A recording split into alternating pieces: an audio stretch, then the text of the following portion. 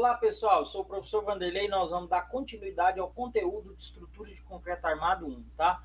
Falando um pouco sobre a verificação preliminar do sistema estrutural. Primeiramente, para que serve uma verificação preliminar? Né? Eu acho que eu já comentei isso em outras aulas, mas não cabe aqui relembrar para que a gente faz isso, né? Quando a gente está lá no dia a dia do projeto estrutural, é muito comum que você, ao longo do processo de detalhamento de uma estrutura, você perceba que algumas coisas não passaram, né? Uma flecha ou a estabilidade da edificação. Então, normalmente, pessoal, é lógico que quando se tiver um programa, né, e tudo mais, isso for um recurso mais simples, né? O que a gente costuma fazer? A gente costuma dar aquela rodada no edifício, né?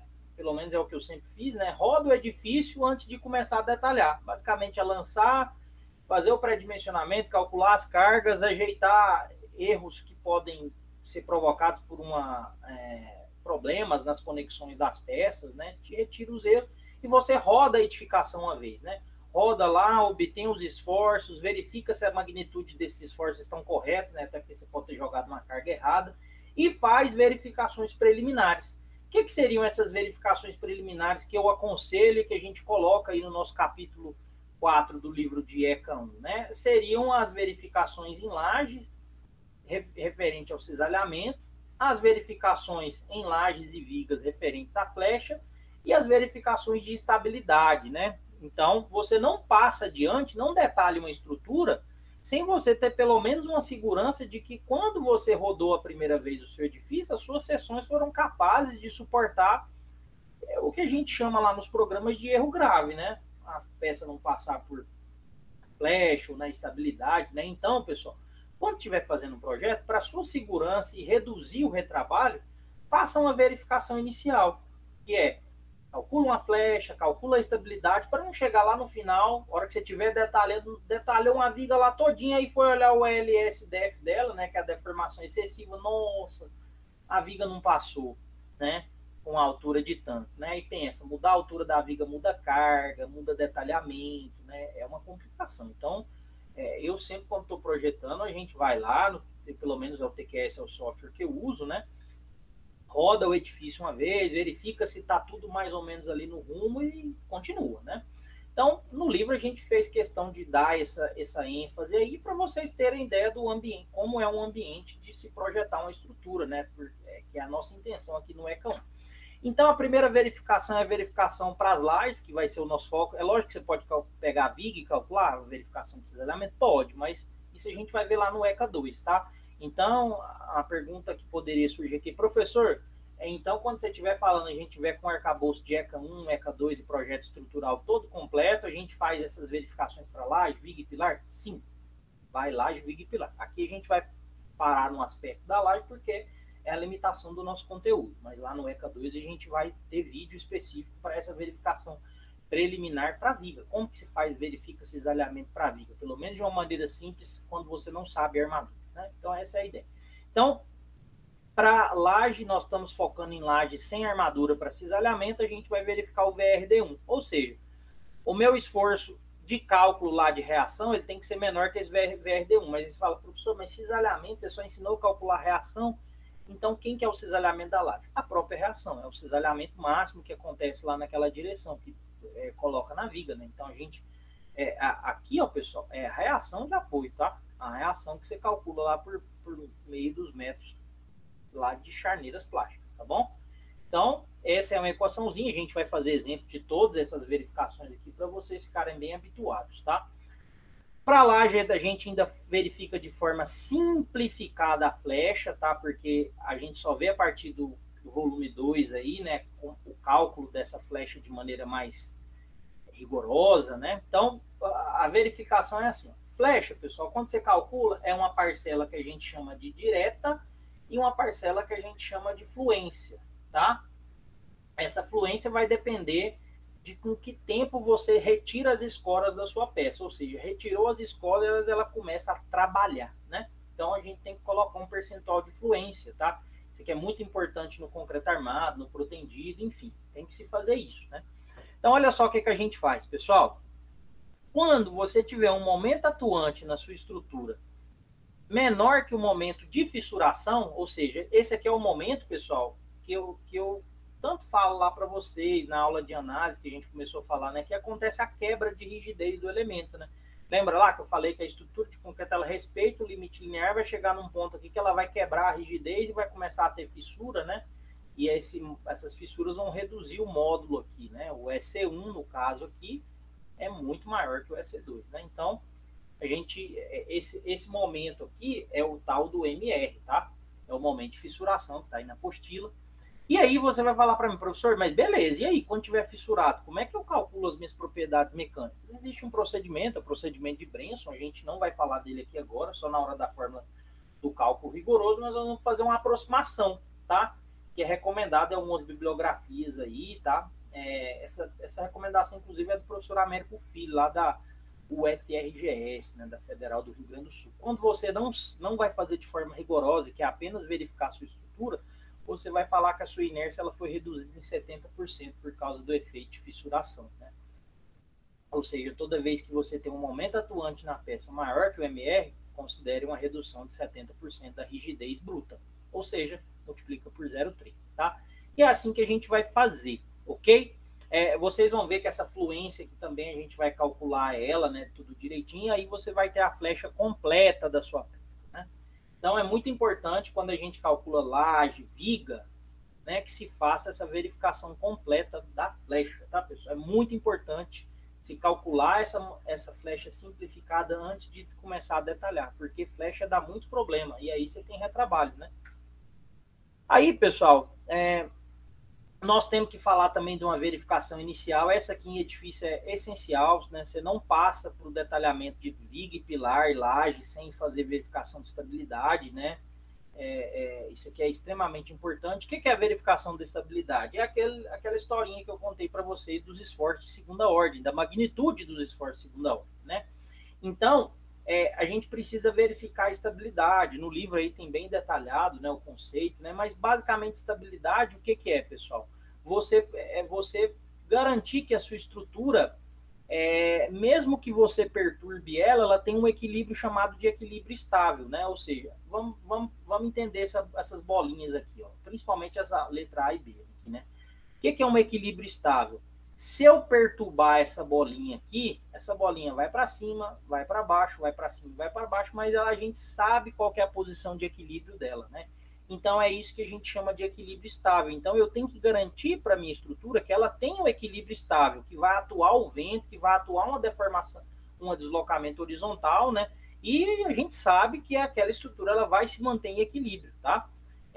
Isso aqui faz parte de uma teoria de instabilidade estrutural, não vamos entrar em detalhes disso, tá? Eu estou falando um conceito bem simples aqui dessa teoria. E qual que é a outra situação que a gente não deseja para as nossas estruturas, né? Essa situação aqui, ó, do equilíbrio instável. Eu estou em uma região de equilíbrio, mas qualquer perturbação que eu causar aqui, ó, eu não conheço a nova posição de equilíbrio. Isso é um problema, você não conhecer a nova posição de equilíbrio da sua estrutura. Pensa bem você perturbar essa bolinha aqui, você sabe se ela vai para a direita ou para a esquerda? Então, por você não saber isso aqui, você cria o que a gente chama de equilíbrio instável, né? Então, aqui o estável, onde eu conheço, e aqui o instável. A gente faz isso lá na resistência dos materiais, a gente brinca com esses conceitos aqui através da coluna de Euler, né? O que é a coluna de Euler? A coluna de Euler ela fala para a gente que mesmo sobre uma carga P de compressão, você tem um deslocamento lateral Q aqui na sua coluna. E isso é característica de um tipo de instabilidade, né? Aqui está até o gráfico que a gente faz, né? Um diagrama de bifurcação, né? Que o que se imagina? Se imagina assim, ó, você carrega a sua estrutura, aqui está seu ponto de equilíbrio A e aqui está sua carga de Euler. Você imagina que o seu ponto de equilíbrio em B, por exemplo, se você aumentar a sua carga, seria aqui, ó, sem o deslocamento Q, né? Que o gráfico é PQ, né? Carga, deslocamento. Você imagina que o seu ponto de equilíbrio é aqui, né? Mas não é, seu ponto de equilíbrio é aonde? É aqui em C, né? Então, por isso que a gente chama de diagrama de bifurcação, tá? Eu não vou entrar em detalhes, mas é dessa teoria aí que a gente estuda, né? Equilíbrio estável, instável, né? O que a gente deseja para a nossa estrutura? Que ela tenha esforços de segunda ordem, mas que esses esforços de segunda ordem eles sejam controlados e produzam um equilíbrio estável, né? Tanto que a norma fala lá que você não pode ter gama Z, né?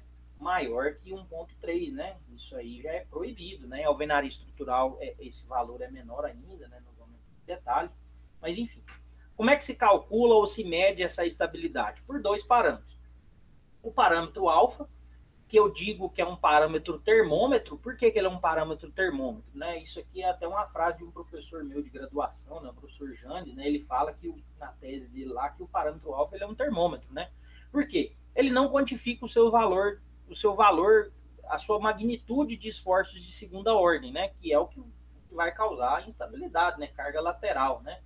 Carga de compressão e carga lateral, né? Atenuando aquele valor de K. Então, o parâmetro alfa, pessoal, ele é calculado, mas ele é um termômetro. A gente vai fazer exemplo desse parâmetro alfa aqui, né? Então ele te fala assim, ó, tem ou não tem esforço de segunda ordem? Essa é a resposta dele, comparando se alfa é maior ou menor que alfa 1, né?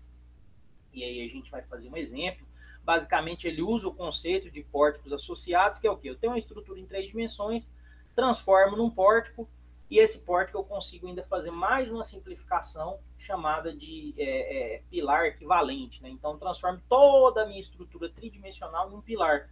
E aí eu falo assim, ó, o deslocamento da estrutura é delta, então eu quero saber a rigidez desse pilar equivalente, considerando que ele tem o mesmo deslocamento da minha estrutura. É algo nesse sentido, né? E aí a gente fala por essas quantidades de simplificações que o parâmetro alfa é um termômetro, né? Para quem não sabe a história do parâmetro alfa, tem o nome dos pesquisadores aí, é o Beck e o Koenig, né? Que prescreveram ele lá nas décadas de 50 e 60, e ele foi o primeiro parâmetro para se medir estabilidade, né? Então, com isso aqui, o pessoal lá em 1960 começou a entender mais um pouco sobre o efeito da carga lateral combinada com a carga de compressão gravitacional que tinha edifícios, né? Por isso ele é até muito simples, né? Tem no livro aí a explicação e tudo mais, vocês podem recorrer a ele aí, né? Outro parâmetro importante é o coeficiente gama Z, tá? Esse coeficiente aqui, ele foi feito por dois engenheiros, né? Franco e Vasconcelos, dois caras aí muito importantes na engenharia estrutural brasileira, tá? E eles que fizeram esse parâmetro gama Z aqui, que na verdade simplesmente se o alfa não tinha quantificação, o gama Z agora tem. Ele consegue quantificar a magnitude desses esforços de segunda ordem. Então, por exemplo, como que ele coloca essa magnitude? Quando o gama Z, por exemplo, é menor do que 1, por exemplo, quer dizer que a minha estrutura ela não tem esforço de segunda ordem, né? Ou seja, o esforço de primeira ordem, o esforço de segunda ordem é tão pequeno que ele não faz diferença na estrutura. Por exemplo, quando a gente fala 1,10, quer dizer que os esforços de segunda ordem eles têm uma magnitude de 10% dos esforços de primeira ordem, e assim por diante, até crescer até o valor de 1,3, que é o máximo limite permitido, né? E a gente nem recomenda fazer estruturas com gama Z muito próximo de 1,3, né? Que você tá muito ali na fronteira do que as equações, elas, do estado atual, elas permitem, né? Lógico que existem maneiras de fazer rigorosamente a análise não linear, mas não é o caso de softwares comerciais, né? A gente não vai fazer análise não linear geométrica para fazer um projeto de um edifício simples, nem isso, né? Não é o caso. Ainda não é possível. É bem provável que no futuro a gente tome medidas mais rigorosas para cálculo, né? Isso é a evolução da ciência como natural. Mas o que esse gama Z tem de parâmetro? Simples. Ele tem um parâmetro que é o momento de segunda ordem. O que é o momento de segunda ordem? Simples, pessoal. É o momento que a gente calcula aqui, ó, o prédio ele desloca lateralmente. Então, é o somatório das forças verticais vezes o delta horizontal, né? Então, o que o prédio deslocou lá horizontalmente vezes o FV, a gente faz isso. Aí você vai falar assim, professor, mas isso no tridimensional é difícil, né? Não é tão difícil não. Você vai montar uma tabelinha lá, a gente vai fazer com pórtico plano e vai ficar bem mais claro na hora que vocês entenderem. Então esse é um parâmetro, é esse momento inicial aqui, o momento de segunda ordem que a gente fala lá no começo no começo do capítulo 4. Né? E o segundo momento aqui é o momento de primeira ordem, também conhecido como momento de tombamento, tá? Então aqui, ó, segunda ordem, tá? E aqui o primeira ordem. Primeira ordem, ele existe sempre, né? O que é o primeira ordem? Simples. É a força horizontal vezes o quê, pessoal? A cota Z, né? Aqui, né? A altura. Então, esse é o momento de primeira ordem ou momento de tombamento, tá? A gente conhece ele como momento de tombamento também. É um nome bem tradicional que se dá para esse tipo de momento aqui. Beleza, pessoal? Então, o Gama Z ele vai ter lá as tabelinhas, né? Só pode até 1.3, né? E assim por diante. E aí, qual que é a outra coisa que você tem que verificar, tanto em deslocamentos verticais e horizontais, é o seu limite de deslocamento, pessoal. A sua estrutura, você lembra lá? Tem o ELU, que tem a ver com o colapso, e o ELS, né? Aqui a estrutura está ligada ao desempenho. Então, dentro desses fatores aí, a gente viu o cisalhamento, que é ruína, né? Nós vimos a estabilidade, que é ruína, que o prédio pode colapsar por um tombamento, né? E a flecha, por exemplo, ela é um ELS, ela tem a ver com desempenho, né? Então a minha estrutura ela não pode deslocar tanto, ela não pode ter um valor aqui de deslocamento total maior que um limite, por exemplo, né? Um limite que venha a danificar esquadrias, venha a danificar qualquer outro elemento construtivo, como as alvenarias, né? Então a gente tem lá no item 13, né, tabela limite de deslocamento, se não me engano, tabela 13.1 ou 2, eu não vou me relembrar de cabeça, eu sei que na apostila aí tem, né, no livro tem. E a gente tem que sempre conferir, né, flecha nos elementos isolados, né, então aqui eu dei um exemplo de uma viga, né, ou uma laje representada através de uma viga, e o deslocamento do prédio, né, o deslocamento global, lateral, né.